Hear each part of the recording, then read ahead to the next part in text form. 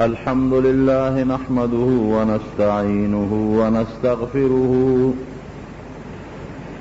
ونستغفره ونؤمن به ونتوكل عليه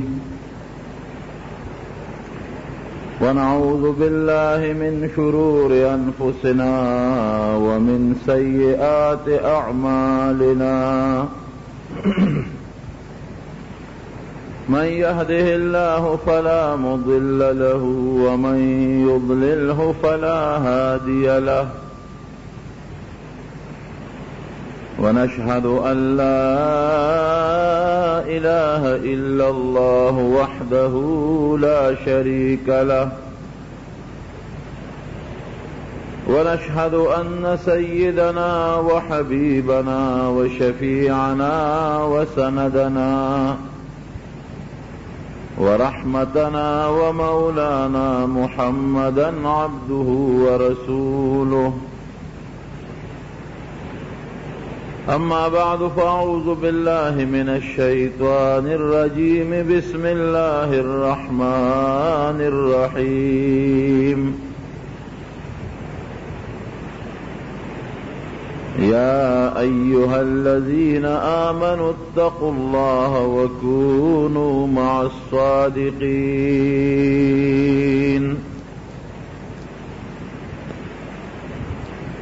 رب العالمین قرآن حکیم کی فرمائی چید ایمان خاوندانو فضل کے زما یر پیدا کے اتقوا اللہ دا خدای نو یرے گے او بیا اللہ دا دغا تقوی او دا پریزگارے او دا یر دا پیدا کے دو یو خشتہ و مزیدار یو بہترین نسخہ منتخی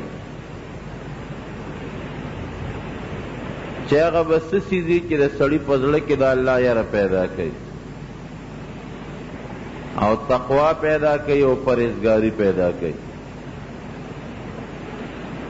نو اللہ فرمائی وکونوا مع الصادقین اغا خلق چے اغا رشتون خلقی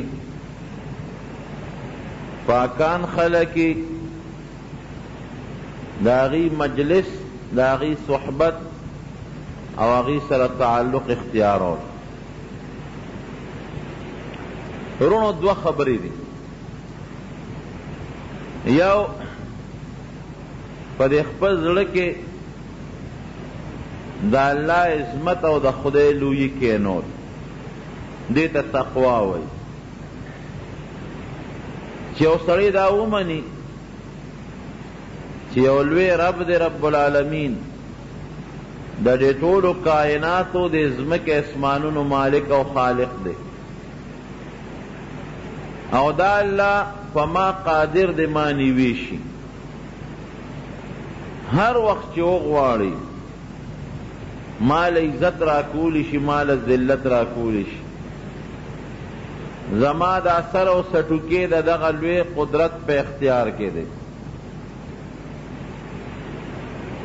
دا دغلوے خدا عظمت او لوی او دا قدرت او طاقت چی اومنی خود بخود پڑکی یو یر پیدا کیگی او یر دی چی یر دا غزات تی سڑی خلاف ولیو کی پکار دی چی دا غزات خوشحالی پکار دی چی دا غزات لوی پزڑکی پیدای چی اگا خپنشی اسنا کہ دا غزات میں خپا کرو میں ننیسی کہ دنیا کے میں پرید اخیرت کے با میں رو نیسی او کدا غزات ز خوشحال او ساتم دا ټول کائنات دا غزات په قبضه قدرت کی دی دا ټول بزما تابع وي دنیا کې هم خوشاله مخیرت کې هم خوشاله دې ته تقوا وي اوس دا د تقوا صفت بس پیدا کیږي نو د دې لپاره ډېر اسباب دي ډېرې وجې دي خو یو آسان سبب چې الله په دې آیت کې ذکر کړی دی هغه د رښتونو خلکو د پاکانو خلکو صحبت مجلس او د هغې ملګرتیا حاصلول. ورونو رښتوني خلک څه ته وایي؟ صادقین. پاکان او نیکان خلک څه ته وایي؟ نو رښتونی انسان هغې ته وایي چې چا سره واده وکړي هغه پوره کړي. یو خبره چا سره وکړي هغه خبره دروغجنه نه کړي. مونږ خدای سره یو وعده کړې ده، هغه وعده دا ده چې مونږ الله یو منلی دی. اشهد ان لا اله الا الله واشهد ان محمدا عبده ورسوله. خدای یو منلی دی او محمد صلی الله علیه وسلم دا الله ښکلی بنده او دا الله رسول هم منلی دی. چې مونږ نبی علیہ السلام د خدای رسول ومنو چې دی د الله استازی دی او د خدای پیغامات به مونږ ته رسوي، نو اوس به د هغه پیغمبر تابعداري کې بس. که تا د دغه پیغمبر تابعداري وکړه خو ته رښتونی یې، تا د هغه رسالت منلی دی. او که د هغه پیغمبر خلاف ورزي دې وکړه، د هغه تابعداري دې ونه کړه، نو بیا ته دروغجن یې، رښتونی نه. رښتونی انسان هغې ته وایي چې هغه د خدای او د رسول بس تابعدار دی، پیغمبر علیه السلام په حیثیت د رسول او د رسالت مني. نو پکار دی چې هر سړی ځان رښتونی کړي، هر سړی ځان پرهیزګار کړي، خو د دغه رښتونولۍ او د نیکوالي او د صادقتوب آسان چل چې مونږ ته الله ښولی دی هغه د نیکانو خلکو صحبت دی او مجلس. ښه صحبت چې ته اوس حاصل کې تا ته د هغې نه څه فایده حاصلېږي که نه؟ د ټولو نه لویه خبره خدا ده چې مونږ ته الله وایي چې کونو مع الصادقین. د دې خلکو صحبت اختیار کې او مجلس جوړ کې ورسره. خو که مونږ ظاهر ته وګورو نو په ظاهر کې هم د نیکانو خلکو د صحبت او د مجلس یو اثر پیدا کېږي. نبی کریم صلی الله علیه وسلم یې په خپله مثال ورکړي، وایي د ښه مجلس او د بد مجلس مثال داسې دی چې یو سړی یو عطاري سره کښېني، عطر فروش سره، دا د ښه مجلس مثال دی. نو یا خدا دی چې دا عطاري نه به لږ عطر والي، که عطر تې وانخلې هغه به خپل یو لامبه درکړي غوږ کې به یې کښېږي. او که داسې هم ونه شي نو بل به عطر اچوي یو څاڅکي به در باندې ولګي. که دا هم ونه شي نو هغه ګنټه نیمه ګنټه خو د خوشبویه مجلس کې تېره کړه. دغه رنګې د علماو د نیکانو مجلس ته چې لاړ شي نو یا خو به ته د دین تپوسو کې د مسئلې به جواب درکړي، او که ته دې تپوسو نه کې بل چاته به مسله وایي ته به یې واورئ. که داسې هم نه به راته خپله یو مسله یو لامبه به د غوږ کې کښېني، یو مسله به درته بیان کړي د دین، تا به پرې پرېږدي. که دغه هم نه رونو نو یو ګنټه نیمه ګنټه خو دې د دین د خوشبویۍ په مجلس کې تېره کړه. او د ګنده مجلس مثال نبی علیہ السلام ورکوي د اور والا خوا کې به کښېنئ، د اور د بټۍ په خوا کې. دا نه چې ګنې اور ناروا شی دی یا د اور بټۍ د ګناه شی دی، نه، دا یو مثال دی ظاهري. یا خو به دی کې اور به دی یو شغله راشي جامې وسوځئ، که دانې تورې به شي، که داسې نه نو د اور هغه بوی خو به در باندې یو ګنټه ولګي که نه، سپېمې به رې تورې شي. دغه رنګې ګنده مجلس کې چې کښېنې یا خو چې هغې کم کار کوي پوډرس کې ته به یې مسکې، جواري کوي ته به یې مکې، ناروا او زنا او بدعملي کوي تا باندې به مغه اثر پرېوځي. او که هغه اثر ترې وانخلې نا مجلس خو راته لږ خشته ښکاره شو، دا هم لویه ګناه ده. او که دغه هم نه هغه ګنټه خو د پلیتۍ په مجلس کې تېره کړه، که د ګناه په بدبویۍ کې خو تېره کړه. دا د هغې یو ظاهري مثال. نو مجلس خامخا اثر لري. تاسو د خپلې معاشرې ته وګورئ، کم سړی چې ښو خلکو سره کښېني دی به ښه کېږي، او کم سړی چې خرابو خلکو سره کښېني خرابېږي به. دا عامه قاعده ده. مجلس هغه یو بزرګ وای یو سړی ول راغی ما ته جنت د رسېدو یو اسانه لار روښانه وی اختر مجالس الصلحاء وی د نیکانو خلقو سره ناسته پاسته اختیار کا دا د جنت یو اسانه لار او دا حقیقت دی هغه مجلس په سړي کې یو اثر پیدا کی زمونږ د دین په دې بزرګانو کې یو بزرګ تیر شوی خواجه باقی بالله رحمت الله علیه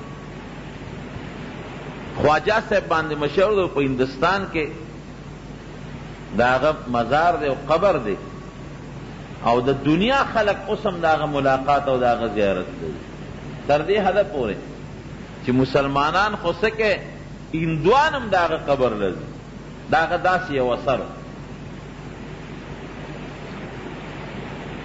او تاریخ لیکي دا هغه په لاس باندې چې خدای پاک هدایت خلقو له ورکړی دی نو هغه خلق چې هغه بذات د ده په لاس مسلمانان شوي دي کم هندوان او کم سیکان نو هغه 98 لاک کسان دي 2 لکه کم 1 کروڑ کسان دا هغه خلق دي چې د ده په لاس بیعت شوي دي او د ده په لاس ایمان راوړی دی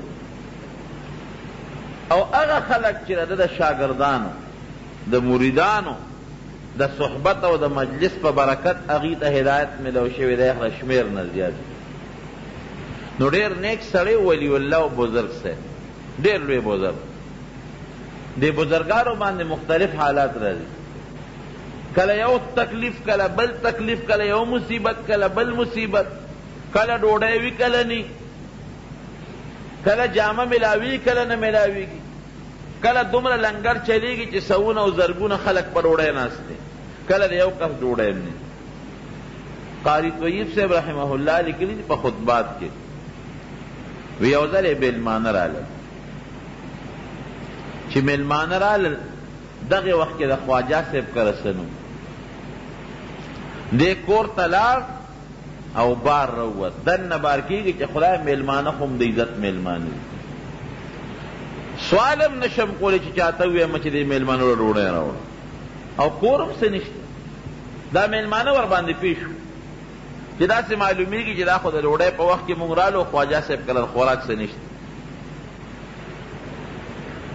چې لږ ساعت تېر شو د ده یو مرید و هغه هوټل کړی و د هوټل دوکاندار هغه چې پوه شو په ده باندې چې خواجه صاحب خو میلمانه راغلي دي او دومره څه کور شته نه چې د میلمه له راوړي نو هغه په منډه لاړه خپل هوټل له او په هغې کې یې ښه مزېدار چې په هوټل کې د خوښې کم خوراکونه یو کاسه کې په یو ډونګه کې هغه واچول او دومره هوښیار سړی و چې نیغې خواجه صاحب له راونړل که نیغې دلته راوړمه نو دا بیا دې میلمنو ته ملامته شي چې یاره دوی کره کور څه نو د باره چا شی راوړه نو هغه خوانچې ډکه کړه او هغې خواجه صاحب کره کور ته ولېږل راغې جومات ته خانقاه ته راغې وی صاحب تاسو له کور ته ورشئ خواجه صاحب پیش چې کور ته لاړ بیبي ورته وویل چې دا خوانچه چا رالېږلی وایي شابه راکړه هغې د هغه اعلی خوراکونو او ترکارو سره اوچته کړه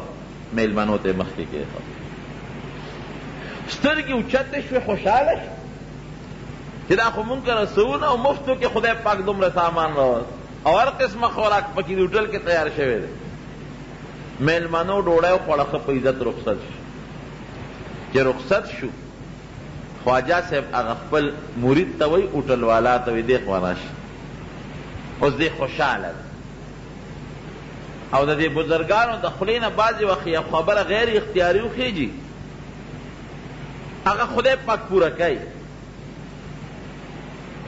هوټل والا ته وایي دې خوا راشه مرید صاحب وایي تا خو نن زما سترګې اوچتې کړې او میلمنو ته یې زما عزت جوړ کړ حالانکې مونږ کره کور د ډوډۍ درک نه لګېد اوس وایه څه غواړئ شابه وایه مانگ کیا مانگتے ہو څه چې غواړئ اوس وایه نبی کریم صلی اللہ علیہ وسلم فرمائے رب اشعث اغبر لو اقسم علی اللہ لابر وی بعض وقت یو انسان به ببر سر نیولی جامې به خیرنی دوړې به پهلوتی خو کدی قسم په خدای خوري چې زما دې په الله قسم چې اوس به خدای باران کوي شین اسمان دی د اوریځ نام و نشانم نشتا. نو خدای به دې په دې قسم کې دروغجن نه کي اوریځ به را پیدا کړي او باران وشي. د نیکانو د خدای نه بعضې وخت یو خبره وکړي د هغه په الله دا یقیني چې دا کومه خبره کوم دا به الله کوي. خدای پاکه کار کوي. نو دې مرید ته وایي هوټل والا ته وایي مان کیا مانتے ہو، غواړه چې څه غواړئ چابه. هوټل والا مخیار سړی هغه وایي که پیسې غواړم خو زما ډېرې دي، که بچي غواړم ام م شته، که د دنیا عزت غواړم ام م شته. راشه داسې شیو غواړه چې کم پسې ګرځې. وی حضرت مجھے اپنے جیسا بنا دو، تو چی سنگے مانا آغا سے جوڑ کا. مطلب یہ دو چی ستا مریدی کو مو تسبیحنو ما خدای خبر چی چی تب نیک بمرانا جوڑ شو کبا جوڑ نشی.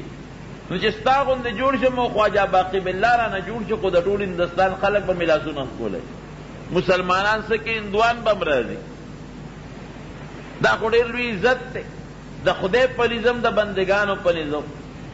وی حضرت مجھے اپنے جیسا بنا دو، تو چی سنگے مانا کا سے جوڑ کر. خواجہ سے وہی چی دا سڑے ہو اخیار دے خدا حد نہ ډیر اخیار دے. اخیارتیا کی خدا حد نہ ډیر نہ ګوره. اچھے سڑے د خپل اندازې نه یو لیش نور اوچت اخیار شي نو هغه اکثر بیا درزار خوري. د خپل اندازې لاندې د خپل دماغ او د عقل لاندې په خپل دنیا کې چلے صادر نه مخبې نو بس.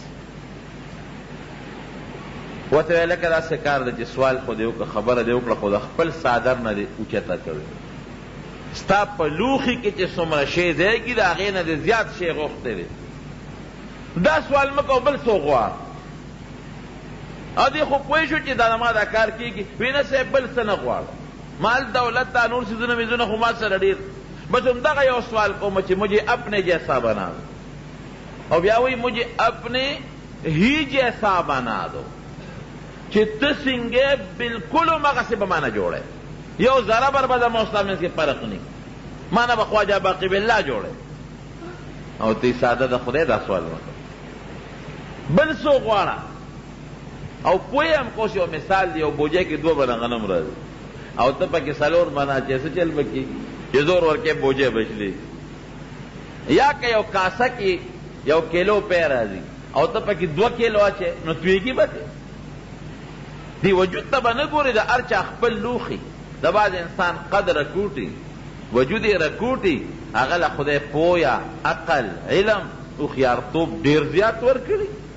بعض انسان دومره اوږد او غټ وجود یې لکه د اتي عمره عقل پکې د یوې کاسري برابر نه. چټاکې عقل او پویه پکې نه، علم پکې نه، پویه نه. نو وی ګوره ستا لوښي رکوټی دی او داسې شی غواړه چې ستا دې لوښي کې ځایږي. وی نه صاحب همدغه یو سوال مې دی چې مجھے اپنے جیسا بنا تو چې څنګه مانا باغه سے جوړی. خواجه صاحب ورته ښه راځه دننه که خپلې خانقاه ته چې کوم د خلوت ځان له کوټه وه او څادر یې پې واچو او الله طرف ته توجه کوه، مراقبه پې وکړه. دا بزرګان د دې خپلو مریدانو سره یو ځای یو عمل کوي هغې ته مراقبه وایي.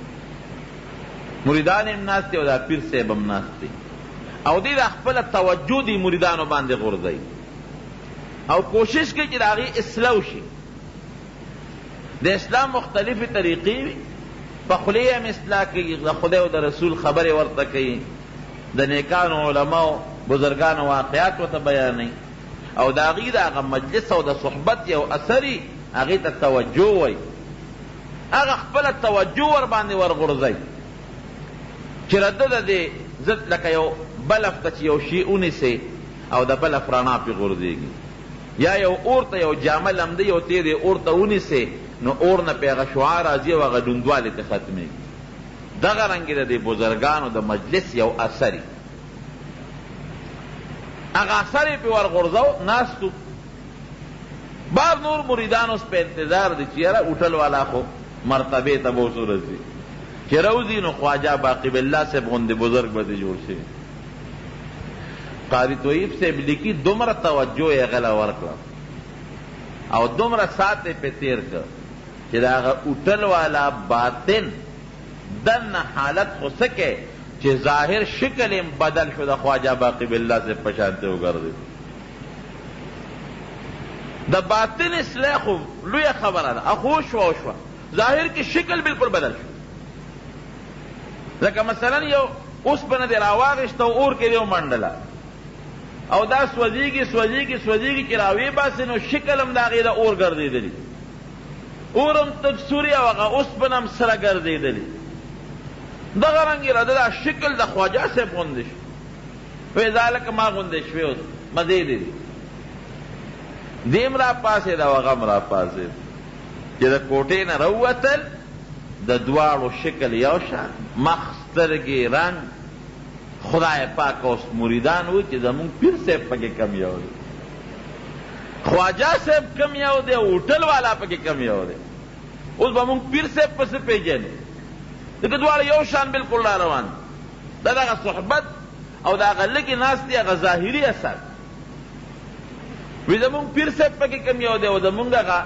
پیربی کم یو دی هغه هوټل والا یو مرید پکې هوښیار والا کوي چې دا کم مخکې را روان دی دا زمونږ پیر صاحب دا چې ایغ نیغ روان دی او چې دا کم یو خپه داسې وړي او بل اوچتی او سر یو طرف ته وړي او بل طرف ته وړي دا هوټل والا دی د په دې سر دونه بوج پروت دی لکه چاته چې دوه منیزې بوجۍ په سر کې او کله کوږ روان یو خو کله بل خوا روان دا هغه هوټل والا دی خبرې یو شان شکل یو شان ادا یو شان ګرځېدل یو شان وی مونږ به خپل پیر په دې پېژنو چې دا نیغ روان دی کم او چې دا کم کوږ ګرځي لکه لوی پڼ چې په سر یې دا هغه هوټل والا دی واقعي همغسې شوه قاري طیب صاحب د علوم دیوبند محتمم تیر شوی دی ریلوې بوزن او وایي یو شپږ ورځې پس هغه هوټل والا مړ شو هغه طاقت یې ونه لرل وفات شو نو صحبت او مجلس دا یو ډېر لوی اثر لري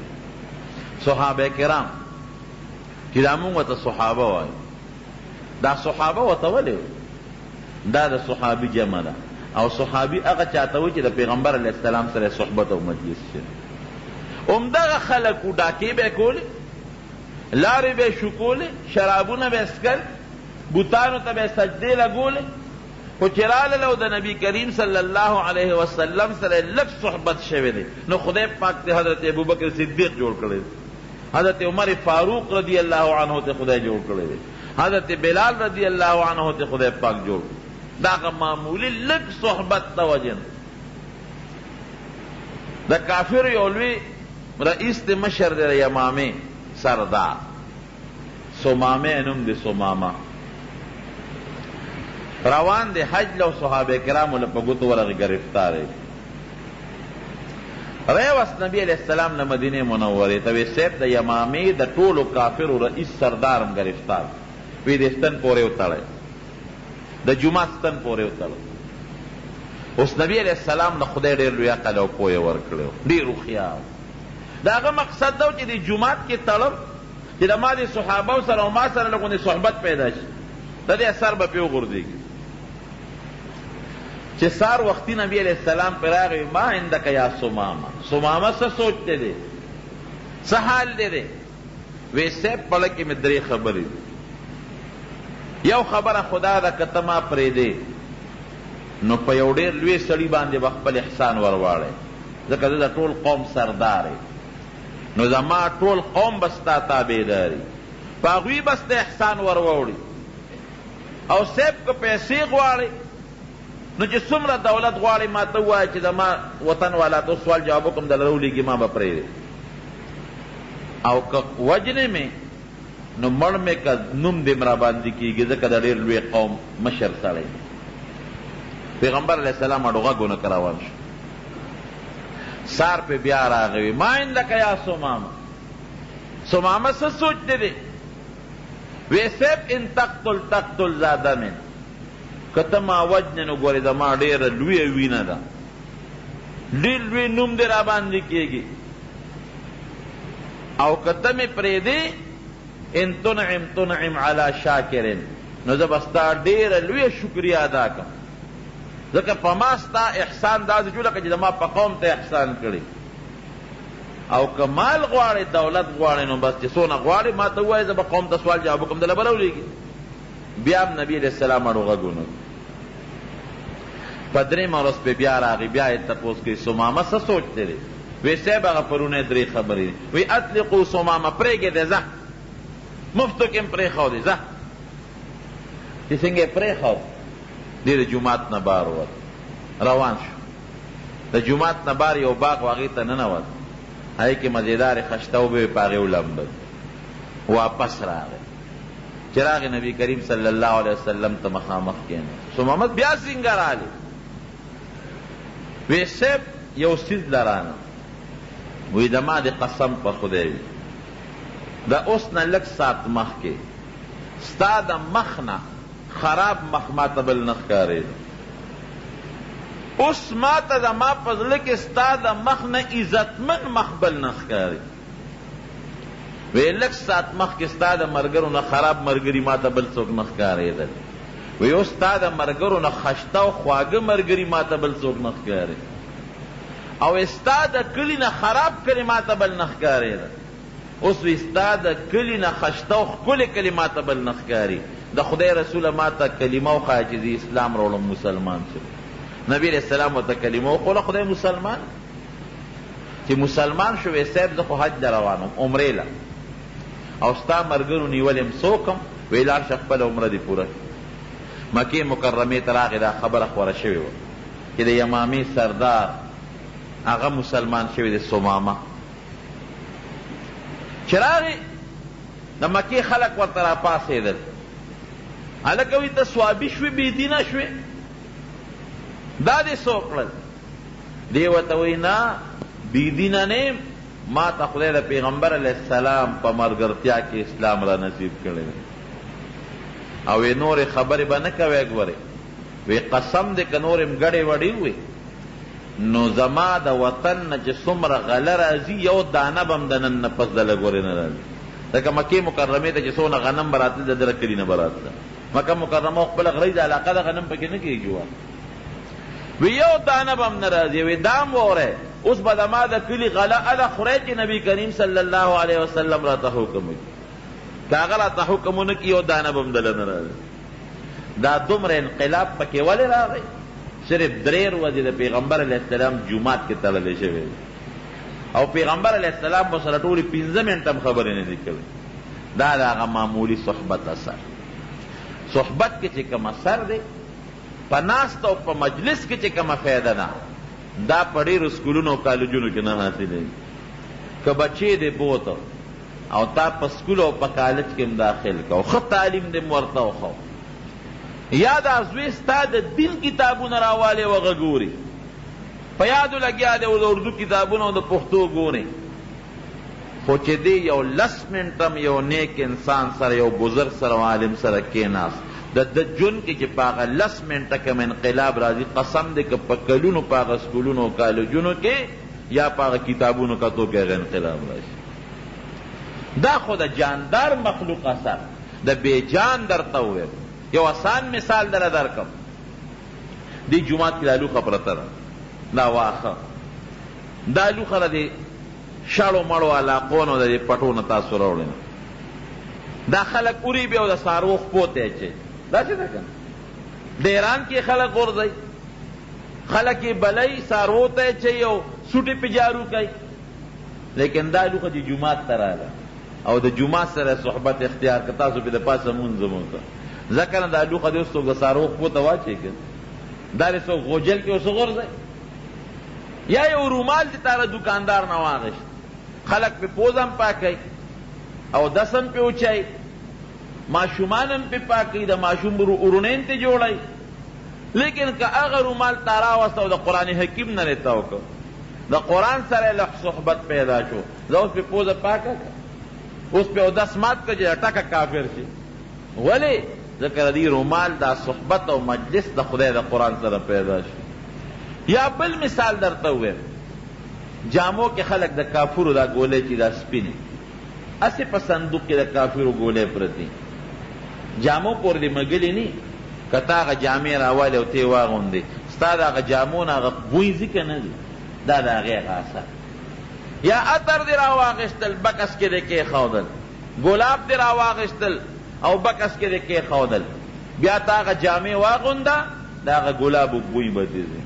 نو چې کوم څیز بیجان څیز دی، عطر دی، کافور دی، ګلاب دی، لوخه ده، د دې څیزونو د ښه څیز سره یو تعلق یو مجلس پیدا شي، هغه پکې اثر کوي. نو چې نیک مسلمان د یو بزرگ نیک مسلمان سره صحبت او مجلس وکړي، ابه څنګه اثر نه کوي. مالک ابن دینار رحمت الله علیه بزرگ تیر شوی، دا د په زمانه کې د مجوسیت یو دور. هر زمانه کې د کفر مختلف قسمونه. مجوسیان هغه خلک دي چې هغې اور ته سجدې لګوي، د اور عبادت کوي. یو لوی مجوسی و، هغه دومره زبردست عامل و، دا سحر او جادو مادوی مزده و چې هغه د بادشاه مجلس قبضه کړی، د بادشاه مجلس ته ځان رسولی او بادشاه دی دا عقیده پیدا کړې وه چې دا اور زمونږ خدای را د عبادت به کوو. مالک ابن دینار رحمت الله علیه خو پوه شو چې دا سړی خو د بادشاه دربار ته ځان ورسو. اوس هم ګورې دا قاعده ده، بېدیني چې په ملک کې خورېږي داسې نه شي خورېدی تر څو چې یو وزارت یا صدارت قبضه نه کړي. بېدیني چې کرسۍ ته ورسېده په اسانه خورېږي، چې کرسۍ ته نه رسېدلې نه خورېږي. اوس هم دا بېدینه خلک لاړ شي او د بادشاهانو وزیرانو او دغې خلکو هغه تقرب او نږدېوالی حاصل کړي، نو د هغې په ذریعه بیا په منډه منډه خورېږي. نو دغې بدبخت هم دا خپل زهر د بادشاه د وخت بادشاه ته وروسو. مالک ابن دینار رحمت الله علیه عالم هم و، هوښیار بزرګ هم و، او پوه شو چې دا خو به ټول نظام د مجوسیت شي، ټول خلک مجوسیان کېږي. ورغی هغه بادشاه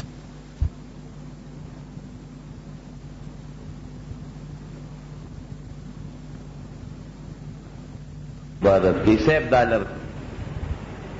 بادشاہ ورته وی ولې لرکو؟ وی دا کافر دی، مذهب غلط دی.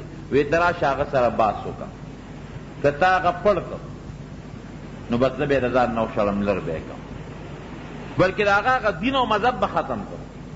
او که هغه دې پړ نه که کیدی شي هغه په حق یې، نو ته په ما هغه سړی ولې لر کې؟ او مجوسي م اعلان کړی وی چې څوک ما ته په غلطه وي او ما ته کافر وي، را دي چې دا مسلمانان ما سره د مناظرو کې مقابله دې را سره وکړي. خلک هم پریشان. مالک ابن دینار رحمت الله علیه ډېره ښه د وخت پې مقرر ټیم یې پې مقرر کړ. هغه ټیم نه ډېر لوی علما او مسلمانان هم راغلل، مجوسي هم راغی او د هغه هم بلا ملګري راغلل، بادشاه هم ناست دی، د بادشاه دربار کې دا مقابله شروع. خبرې اترې کېږي، هم چالاک و ډېر زبردست. یو ټکې پکې دا د خولې نه د مالک ابن دینار رحمت الله علیه وخت وی لکه ته د اور ولې عبادت کوې؟ څه چل؟ وی زه د ځکه عبادت کوم چې دې مونږ له ډېر لوی خیر راکوي، ډوډۍ راله پخوي، که دا اور نی زمونږ ژوند نه چلېږي، زمونږ کاروبار نه چلېږي. او بل دا دی چې دې اور سره مونږ تعلق جوړ کړو چې دا بیا وروسته سوځوي نه. اوس د سجدې ولګو نو بیا چې پکې پرېوځو سوځوي به هم نه. مالک ابن دینار رحمت الله علیه 100 کاله د اور عبادت وکړ، ورته وی او یا کاله یا 80 کاله. نو بس تا خو به سره دوستانه جوړه کړي ویا وی ځکه نو اوس پکې لاس ومنډه چې 80 او یا کاله تا د سره دوستانه جوړه کړه، لاس پکې ومنډه، نو که لاس یې ستا نه سوځو نو دا بیا سته په حق یې. او که کمبخته اوس دې لاس سوځوي او یا کاله ستا ورسره دوستانه جوړه نه شوه، نو خدای خبر سبا مرې که بله ورځ مرې قیامت کې به دې څنګه بچ کېږي. او ته څه وایي؟ هم پوره هوښیار وی تره چې عبادت کې مجوسي وي مالک ابن دینار ته وی زه د دې اور د مالک د دې د رب. وی ستا څه خیال دی چې دا اور د چا په قبضه کې دی؟ وی د هغه خدای. د دې تو او مړه کول او بلول د هغه په اختیار کې دي. وی تا څو کاله د دې اور د خدای عبادت وکړو؟ 80 او یا کاله مثلا. نو وی تا خو به د دې اور د مالک سره دوستانه جوړه کړي که نه؟ وی او. نو وی تا هغه د اور مالک ته ووایه خدای ته چې دا اور راته شړ کا، تم پکې لاس ومنډه که نه پته به ولګي چې ستا لاس سوځوي که نه سوځوي. چې ته ما ته وایې تا اور سره دوستانه جوړه کړې، نو تجربه پې وکړه چې لاس سره سوځوي که نه. زه تا ته وایم چې تا خو د اور مالک سره دوستانه جوړه کړې ده، ته هغه ته ووایه چې دې اور کې درته فرق پیدا کړي چې لاس ته سوځوي که نه سوځوي. خدای پاک اوس پس جواب ورکړي. اوس مسلمان خو په دې نه معلومیږي چې اور به الله سوځوي نو دا به مسلمان نی او که سوځوي مسلمان به نه وي او که نه سوځوي مسلمان به. خیر د مالک ابن دینار رحمت الله علیه بروسه خو په الله وی لکه یو چل کو راځه اور به لوزم پکې لاس باندې تم پکې ومنډه. زه د اور د مالک عبادت کوم سره د اور عبادت کې. که د ما لاسې وسوځو زه په حقه نه او که د ما لاسې ونه سوځو زه په حق یم. که ستا هغې وسوځو ته به په باطل او که ستا لاسې ونه سوځو ته په حق. فیصله په دې وشي. هغه هم یو ډېره ښه ده را میدان ته شه. بادشاه وی دا خو اسانه فیصله اور یې صاحب بل چې اور یې بل که مالک ابن دینار رحمت الله علیه پکې لاس ومنډه مجوسی هم پکې لاس ومنډه. مالک ابن دینار پکې لاس منډي وي ګوره کنه لاس مجوسی وي زما دې ته ګوره دا هم نه سوځي. خدای پاک چې دې لاس راوباسي هغه هم راوباسي چې دې لاس ورومنډي هغه هم پکې لاس ورومنډي. حیران شو خلک هم چې کوم یو په حقه دی. که دې په حق یې د هغه لاس ولې نه سوځي او که هغه په حق یې د دې بل دا لاس ولې نه سوځي. بادشاه حیران دی او مالک ابن دینار چې څنګه لاس ور ومنډي او خپ پکې لاس غوپه کړي چې ګوره که نه سوځي ویښتې مو مجوسي وي زما دې ته وګورئ د دم ویښته نه سوځي ما پکې د دې ترخه پورې ورغیب که ځه زما لاس دې وسوځي. لاس نه دواړو د اور نه لاس راوویست فیصله ونه شو. یو وی زه په حق یم د هغه ملګرو وی دی زنده باد بل وی زمونږ دا په حقه دی زنده باد د هغه لاس یې ونه سوځي. مجلس خور شو چې بیا به بل وخت مقرره اوس فیصله ونه شو. مالک ابن دینار رحمت الله علیه چې کله کور ته لاړ د شپې خدای ته په ژړا شو. وی خدایه ما ته پته ده چې زه په حق یم او ته زما رب او مالک او دغه مجوسی ما ته پته ده چې خدای دا په ناحقه دی کافر دی د اور عبادت کوي. رب العالمین اویا کاله مې ستا عبادت وکړو روجې مې ونیولې منځونه مې وکړل د شپې مې راته وجړل نو خدای ایله د مجوسی برابر دی کړم. که ماله تا یو لوی فضیلت راکړه چې دا اور زما لاس نه سوځوي نو د هغه مجوسي کافر هم نه سوځوي که نه زما او د هغه منځ کې څه فرق دا یو کالو زما د روجو د منځونو د عبادت او د جړاګانو دغه فایده ما ته ورسېد چې د یو مجوسي برابر شو. په دې جړا کې وده شو. چې وده شو رب العالمین سره ملاقات وشو. غیبی خدای سره ملاقات وشو. ولی پریشان ہے مالکا وی سیب ستا دی خدای ته پریشان یم حیران څه چل دی. وی د شپېتو یو کالو سیله دې راله دا راکړه چې د یو مجوسي برابر دی. زما لاس خو ټیک د ستا په فضل اور نه سوځي خو د هغه غم نه سوځي. وی مالکه تا سوچ نه دی کړی دا اور مونږ په تا ګلې ګلزار کړی دی ستا لاس نه سوځي. دا د مجوسی لاس چې نه سوځي دا ستا د لاس د برکت نه نه سوځي. ساده سړیه ته لاړ شه او ټیم ورسره مقرر کا هغه د جدا لاس اور کې ومنډي چې ستا لاس سره یو ځای نه ته دې مخکې ومنډه یا هغه دې مخکې ومنډي پته به ولګي چې ستا هغه سوځي که د هغه هغه سوځي. بس دی خوش پوه شو. بیا بادشاه ته درخواست ورکوي صاحب هغه مقابله بیا کړي. ټیم یې بیا مقرر چې مقرر یې که هغه هم راغی هم پوه دی هوښیار دی. څنګه چې نیکانو خلکو سره الله امداد کوي دارنګې د فاسقانو فاجرانو سره شیطان امداد کوي. شیطان هم یو شی دی که هر سړي ته ځان په حق ښکاري. شیطان ورته خپل د شیطاني عمل دومره خشته کي که ته زرها نصیحتونه ورته کوې ستا هغه پیسر نه کوي. که یو ګنټه موږ دلته نصیحتونه ورته وکړو جنازه کې وکړو جمعه کې وکړو بل ځای وکړو بس دی وایي یاره انشاءالله العزیز چې که خیر دا چې کوم استاد راته راسوخول په دې به زه عمل کوم خو چې لږ غوندې د مجلس نه پاسي هر څه هېر داسې ده که نه هر څه ختم. حضرت حنظله رضی الله عنه په لاره باندې روان دی. حضرت ابوبکر صدیق رضی الله عنه په مخه ورغی ډېر زیات پریشان.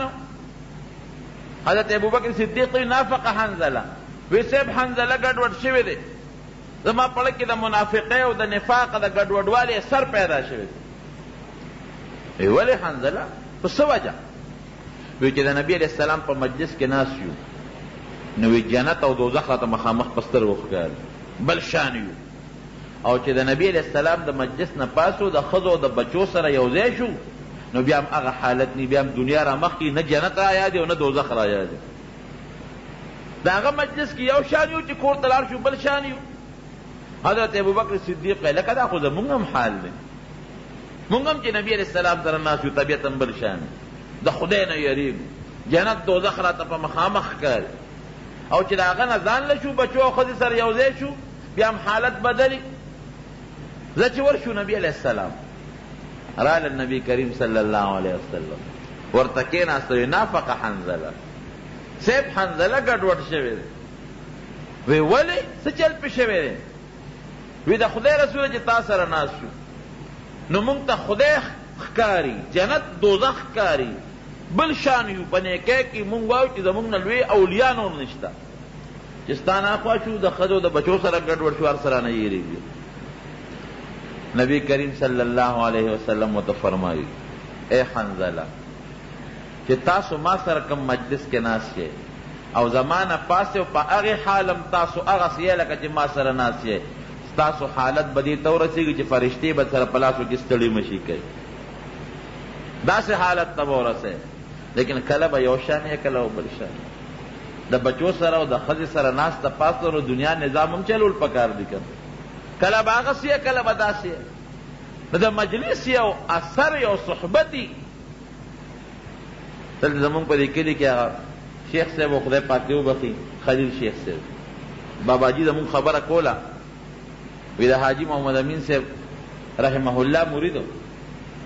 نو هغه به وی چې د حاجي صاحب سره ناست یو نو مونږ اولیاء الله یو، بزرګان یو، او چې د هغه د مجلس نه مونږ راپاسو نیکان یو، او چې لږ غوندې کلي ته راورسو مسلمانان یو، او چې کور ته ننوځو بیا راته پته نه لګي چې اوس څه شی یو، بیا رانه ځان خطی. دا د هغه د هغه مجلس اثر او د هغه نزدېکت او تقرب یو اثر. یو بزرګ چېرته مخکې زمانه کې تېر شوی نو یو ځل د ګناه څه مطالبه ترې چا وکړه، انکار یې وکړو، نه ګناه ده کو ناروا کو. 40-50 کاله پس دا بزرګ وایي چې 40-50 کاله پس چې عمر مې ویا او تیا ته ورسېد شیطاني وسوسې به راله راتلې. چېرې زه ځوان وم یو وخت کې د یو ګناه مطالبه در نه چا کړې وه تو نه کړه، کړې به دې وه دا ګناه بیا به دې توبه ایستې وکړه، دا وسوسې مې لږه راځي. نو دې لار خپل یو بل مشر له یو عالم ده وی صاحب مخکې د یو ګناه مطالبه رانه چا کړې وه هغه وخت مې ترې نفرت وکړه چې نه کوم دا ګناه. اوس 40-50 کاله پس راته دا زړه ته راځي چې دا ګناه به دې کړې وه توبه به ایستې وه او هغه وخت مې ترې نفرت وکړه. دا ولې؟ وی هغه زمانه ستا نبي علیه السلام ته نږدې وه، اوس تا دا زمانه د پیغمبر علیه السلام نه لرې شوې ده. بله سته چې کومه علاقه نږدې وه ډېره روښانه، کومه چې ته لرې هغه تیارې. هغه دور پیغمبر علیه السلام ته نږدې و، د هغه شعاع او اثر زیات و. اوس قیامت ته نږدې کېږي، دجال ته نږدې کېږي، هغه اثر رو یو پوټې کمیږي. دغه رنګې مالک ابن دینار رحمت الله چې لاړ بادشاه ته بیا مناظره کړ، بیا راغوښت، مجوسي هم راغوښت او دی هم راغی، دنیا خلک بیا راجمع شي. وی په څه به فیصله کو؟ مجوسي وی صاحب هم پرونی خبره اور به بل کوی ډېره ښه چې اور یې بل که کېناسته. مجوسي ورته وی راځه د خوا کېږه چې لاس پکې ورمنډو دی اور کې چې پته ولګي. مالک ابن دینار رحمت الله علیه ورته داسې کار پرون ما ورته خطا شوي، لاول به زه لاس منډم بیا به ته منډې، او یا ته مخکې لاس ومنډه بیا به زه منډم، نو پته به ولګي چې زما لاس سوځي او که ستا سوځي. مجوسي رنګ جوړ شو، هوښیار و، د شیطان هغه اثر و پې.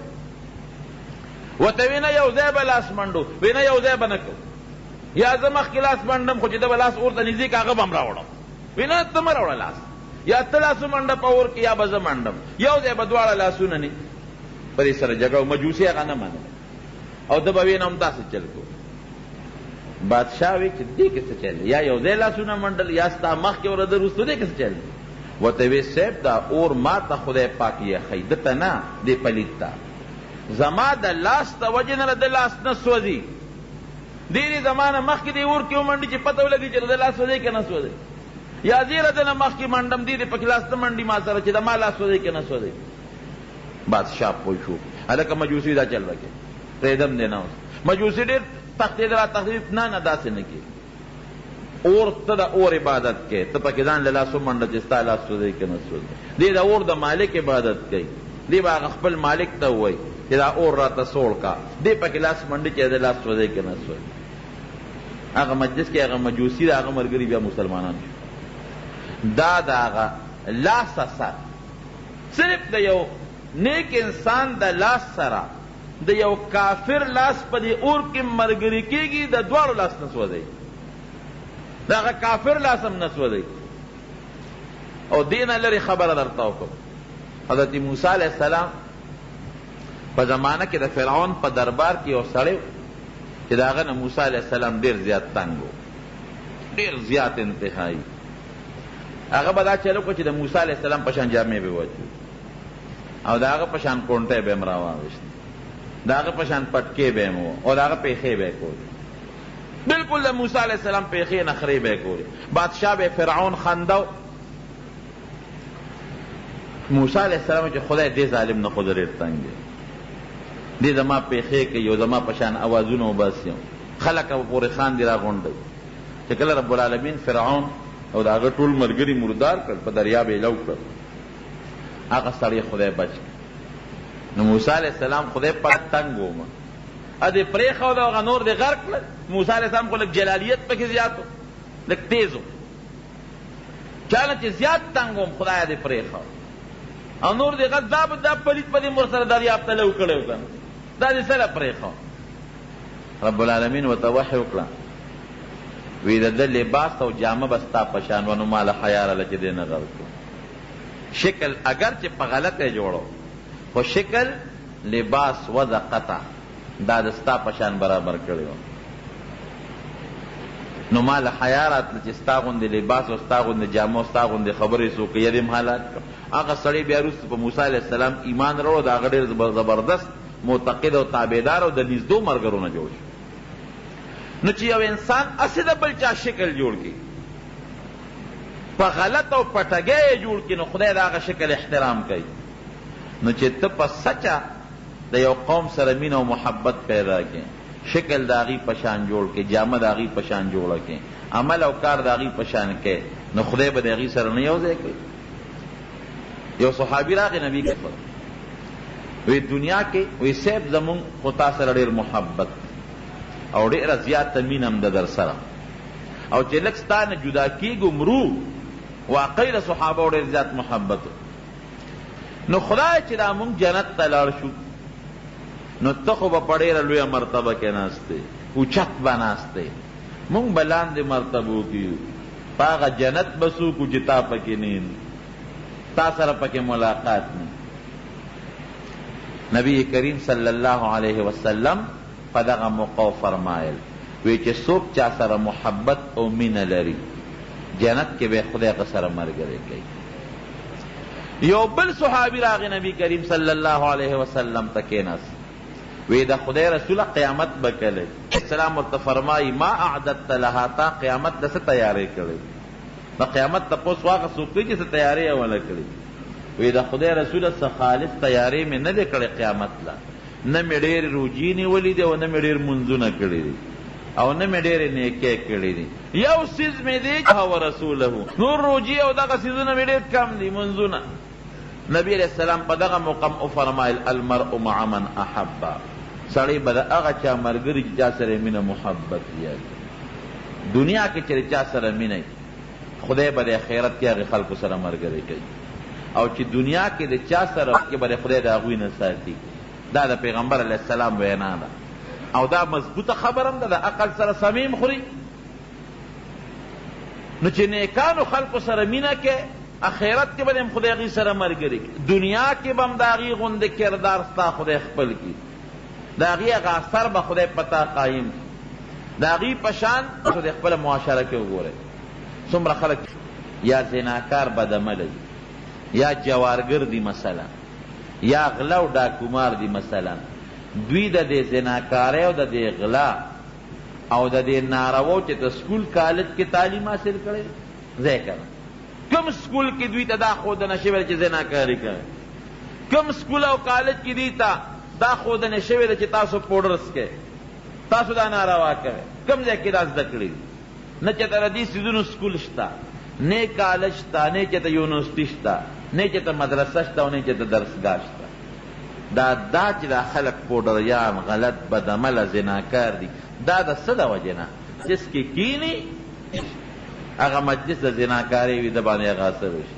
هغه د جوارګر وي هغه اثر کوي شي هغه ډاکومار وي هغه اثر کوي شي هغه بېدینه وي هغه اثر کوي شي او که یو سړی په ښه مجلس کې کېناست نیکان خلک د هغې سره کېناست هغې خپل لمونځ کوي چې د مانځه وخت چې دی به د بوتلو درېږي هغې ذکر خدای یادوي هغې د خدای او د رسول صفت کې دی به هم د خدای او د رسول صفت کوي نو وروڼو صحبت او مجلس دا تاثیر لري او د صحبت او د مجلس د وجې نه سړی ګورې کمال ته رسېږي نیکانو خلکو سره مجلس او صحبت کوي هغې سره کښېنئ د هغې چې د مجلس کوم اثر دی هغه به خامخا پته کېږي هغې علماو سره کښېنئ د دین څه خبرې به ترې زده کړئ څه مسایل به ترې زده کړئ د خدای او د رسول خبرې به اورې لکې به یاره پیدا شي تقرب الله خدای ته نزدېکت به پیدا شي کم خلک چې ابوجهل سره کېناستل کم خوا لاړل او کم خلک چې رسول الله مبارک سره کېناستل سر د نبي علیه السلام یو بیبي حضرت ام حبیبه رضی الله عنها دا د ابو سفیان رضی الله عنه لور ده او ابو سفیان رضی الله عنه یو وخت کې کافر و بلکې د ټولو د مکې د کافرانو سردار او لوري د نبی علیه السلام بیبي ده صحابیه ده ام المؤمنین یو ځل ابو سفیان راغلی و مدینې منورې د پیغمبر علیه السلام سره څه خبرې اترې کولې نو بیا وی چې راشه د لور ملاقات به مو کوم چا نه تپوس وکړي زما د لور کور کم دی وی هغه مخامخ چې راغی لور کره ننوت حضرت ام حبیبه رضی الله عنها ورته راپاڅېده خو دې وخت ابو سفیان رضی د کافرانو سردار چې راپاڅېده ورته روچته شوه دا پلار یې خپله لور ښکل کړه ځکه ډېره موده پس میلو شو یو بل سره او د ډېرې خوشحالۍ نه یو بل ته وژړل بعضې وخت کې د خوشحالۍ نه سړي جړه ور نو په کور کې یو پوزکې پروت و د کجورو د پاڼ زوړ پوزکې و بل څه کټونه مټونه نو حضرت دا ابو سفیان صاحب چې دی رضی الله عنه هغه وخت کافر ورغې په پوزکې کېناستی ده دا لور ورته بابا لږ صبر وکړه ودرېږه نو دا لاړه پوزکې یې ترې غونډ کړه داسې یو بله ریښه غوندې پرته وې په دې کې او ته بچې دا ولې ستاسو پیغمبر دا عقل او دا دین ښیي چې د پلار سره به دا چل کوي په کار خو دا و چې دا پوزکې غونډ وې او زه راغلی ما ته به دې خور کړی نو خو کولاو پروت و نو ما نه دې ولې غونډ کړ تا د ما بېعزتي وکړه تاسو ته خپل پیغمبر دا ښیي وی نه بابا زمونږ پیغمبر مونږ ته ډېر ښه عقل ښیي مونږ ته یې د مور او پلار داسې آداب را کړي چې په یو دین کې نشته د پلار به قدر کوئ د مور به قدر عزت کوئ اگر که دا مور او پلار ستاسو کافران ولي نو عزت دا و چې زما نه دې پوزکې غونډ کوه هغه ریښه دې راته واچوله دا اوس د هغه صحبت اثر ته ګوره د نبي علیه السلام سره مجلس جوړ شو هغه عزتمند پلار چا نه چې پیدا دی کافر دی اوس هغه عظمت په لږ کې نشته کم عظمت چې د یو مسلمان سړي د خپل مسلمان مور پلار سره ورته وی بابا خبره دی بالکل درسته پکار دا دی چې تا ته دلته کې ښې ښې خشته بسترې واچوم خو شته راکړه نه او دا پوزکې مې د نه ځکه غونډ کړ چې دا د دواړو جهانو د سردار مبارک د ناستې پوزکې نو زما ضمیر دا برداشت نشي کولی چې ستا غوندې کافر د پیغمبر علیه السلام په مسله د پاسه کې په هغه پوزکي ستا پرېښودو ته تیاره نه بل څه شته نه چې درته واچوي دغه ریښه ده په هغې کښېنه نن سبا خلک د لرې دوست د وجې نه مسلماني قربان کوي یو دوست د وجې نه مسلماني قربان کوي هغې خپل پلار دی او څونه عزتمند پلار دی لیکن د نبي علیه السلام مسله باندې پرېښودو ته نه تیارېږي دا د پیغمبر علیه السلام د هغه صحبت او مجلس اثر نورونو صحبت او مجلس دا د تقوا دپاره یو بهترین سبب دی قرآن حکیم په زړه کې تقوا پیدا کړي د خدای یره او د هغې بهترین سبب وکونو مع الصادقین د رښتونو خلکو ملګری شي اوس دې زمانه کې د کشر کول نه خلک ډېر زیات فریادونه کوي څوک د زامنو نه فریاد کوي څوک د کشرانو دې ټول سبب ګوري مونږ په خپل مونږ د خپل بچیو دا کشران چې ته نیک مجلس ته ونه لېږل پکار ده چې سار پاسي جماعت ته ولېږه چې در حفظ مدرسې ته ولېږه چې مازدیګر راشي چې د جماعت کې کېناو دا به نیکان وي ماشومانه لکه تاسو وینئ که چې کوم قرآن لځي کوم جماعت ته ځي واړه واړه د 14-15 کاله لکان یو خشته خشته ګیرې پرېږدي ټوپۍ په سرې نه پلار ته کنځل کوي نه مور ته کنځل کوي مور او پلار ته خوشحاله او ته ګنده مجلس ته ورخوشې کې پړې په واجه چې کوم خوازونه دي به تپوس د خپل بچي نه کوي په ګنده ماحول ورسر شي بیا نه خدای پیژني او نه رسول پیژني نه پړه کې د خدای یره پیژني نو د ښه تقوا حاصلولو بهترینه ذریعه دا د علماو نیکانو صالحینو مجلس دیم دې خلکو سره تعلق جوړول هغې سره خپل موافقت کول او هغې سره ناسته ولاړه او بد نه ویل د هغې تابعداري کول هغې سره مجلس جوړول په دې خدای خوشحالېږي ځکه یو حدیث کې راځي نبی علیہ السلام فرمایي په بخاري شریف کې حدیث دی وی که چا د خدای دپاره چا سره مینه او محبت وکړه نو ایمان یې ډېر مضبوط او کامل او که چا د الله دپاره چا سره بغض وکړو نو دم خپل ایمان ډېر مضبوط کامل لکه یو نیک سړی دی ته ورسره مینه په دې خیال کوې چې دا نیک دی د خدای دپاره ورسره مینه کوې ستا ایمان مضبوط او کامل شو او یو د دې نیک سړي او دې سړي د نیک سړي سره روانه ده نو تام خپل ایمان کامل نو نیکانو خلکو سره مینه کول محبت کول د هغې صحبت مجلس کول د هغې سره ناسته ولاړه کول دا د دنیا او د آخر د کامیابۍ ذریعه ده خدای پاک زموږ ښه صحبت نصیب وګرځوي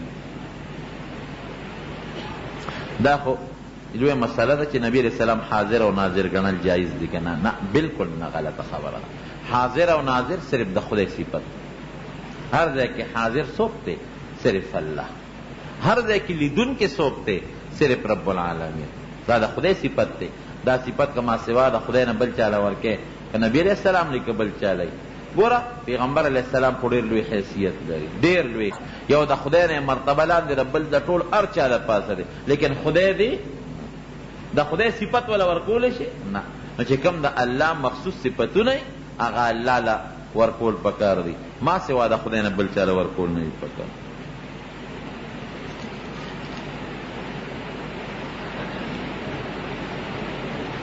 که یو سړی نیک کار کوي او د هغه په زړه کې بې اختیاره داسې خبرې راشي چې خلک به وایي چې یاره دا خو نیک سړی دی نو دا ریاکاري ده که نه دا ریاکاري بالکل نه ده یو دا وره چې په فرض عبادت کې ریاکاري نه راځي ښه لکه یو سړی فرض لمونځ کوي فرض روژه نیسي فرضي زکات ورکوي نو که دا څوک اینې او که نینې دې کې ریاکاري نه راځي فرض خامخا کې که ته وایې خلک به وایي چې دې لمونځ کوي نو جمع به پرېږدې څه بلکې بعضې علما وایي چې زکات بعضې وخت کې د خلکو په مخ کې د مالدارو مخ کې ووایه ووایه چې دا زکات یې دا قبول کړ دې کې به دا فایدې چې بل مالدار سړی ووینې به هم زکات ورکړي ور نیت ښه شو او بعضې وخت زکات د خلکو مخ کې ورکوه چې ستا نه د خلکو تهمت ختم شي بیا به خلک وایي چې دې زکات نه ورکوي نو د ریا تعلق د زړه سره دی که ستا زړه کې دی چې خلک دې ما وویني چې زه نیک سړی هم په نفلونو کې راځي او خلک وایي چې دا بزرګ دی او نیک سړی دی نو دا ریاکاري شوه او که ستا زړه کې دا نی او غیر اختیاري ستا زړه دا خبر راځي چې یاره خلک به وایي چې دا نیک دی نو دا خو خامخا راځي دا څه خبره نه ده بلکې یو حدیث کې راځي وایي چې کم سړی نیکي کوي نو خدای پاک په اسمان کې فرشتو ته آواز وکړي چې دا فلانکې سړی نیکي کوي زما ورسره مینه تاسو مو سره مینه وکړئ فرشتې بیا نورو فرشتو ته آواز وکړي نورې فرشتې راشي او په دنیا کې د مسلمانانو نیکانو خلکو په زړه کې هغه سړي سره محبت او مینه پیدا کړي هغه مینه محبت خو د نیکۍ د وجې نه پیدا کېږي نو ریا د زړه شی دی که ستا زړه کې دی چې بل ته د عبادت خیر خو ریا شوه او که ستا زړه کې نی دا قصد نی او غیر اختیاري دا سوچ راځي دا په ریاکارۍ کې نه راځي ولکل قوم هاد د دې نه وایي دا معلومي چې هر قوم کې پیغمبر دا په پخوانو قومونو کې به هر قوم ته نو خو په اکثرو قومونو کې به یو پیغمبر و دا نه چې هر قوم کې به د جرهم قبیله کې خپل پیغمبر نو اسماعیل علیہ السلام راغی هغوی ته پیغمبر ابراهیم علیہ السلام د عراق نه مصر ته ولېږه نو هاد معنا هدایت کوونکی دا هدایت کوونکي به هر قوم ته کله پیغمبر او کله به د پیغمبر نائب به.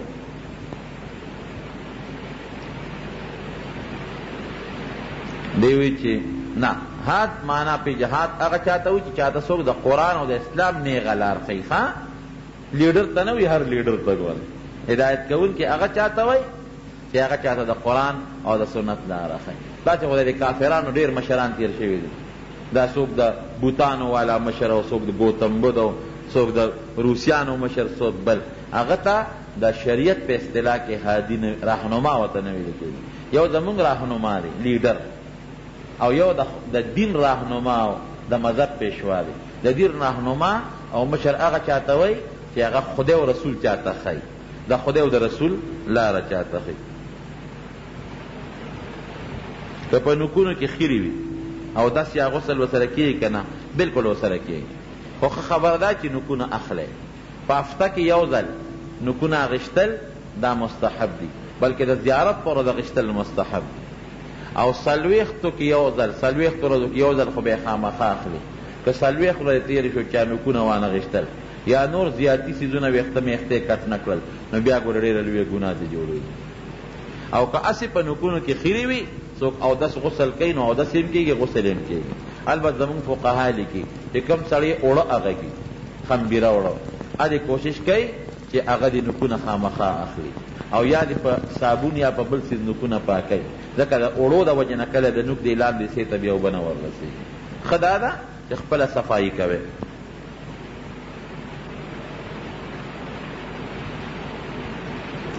که یو سړی وي ټول عمر حرام وکړي او په هغه روپو باندې بنګلې او دوکانونه هم جوړ کړي او بیا دا سړی څه د نیکۍ کارونه شروع کړي، دی پې پاکېږي او که نه پاکېږي. ګوره نیکي په خپل ځای ده او ګناه په خپل ځای ده. که یو سړي مثلا په حرامو باندې بنګلې او بلډینګونه جوړ کړي، هغې بلکل د حرامو دي چې د چا نه کوم حرام کړي هغې ته د خپلې پیسې ورکړي، یا هغې ته دې لاړ چې د هغې نه دې معافي وغواړي چې ستا په ما یو شی دې ماته وبخه، یا دې وله ورکړي. او نور دا دی د حرام متعلق یو حدیث ترته هم ستا د زړه اشک به پیوځي. نبی کریم صلی الله علیه وسلم ته یو صحابي راغی، وی صاحب که د خدای په لار کې جنګېږم مخ په مخ او شهید شم کوم خوا به ځم؟ وی جنت ته. چې سړی روان شوی دې خوا دا سړی راوګرځوی چې راویې وی تا څه وی؟ وی ما وی چې که د خدای په لار کې جنګېږم مخ په مخه او زه مړ شم نو کوم خوا به ځم؟ وی که ته د خدای په لار کې جنګېږې مخ په مخه تښتې نه او مړ شي او بیا د خدای جم دی کی بالفرض او بیا جنگیږي بیا شهید شي، بیا د خدای جم دی کی او بیا جنگیږي او بیا شهید شي، جنت ته بځې. خو که د دې ګوتې د بند عمره پردې حق د سړي نو هله بځې چې د هغې حساب کتاب د سره وي. د شیخ الحدیث مولانا محمد ادریس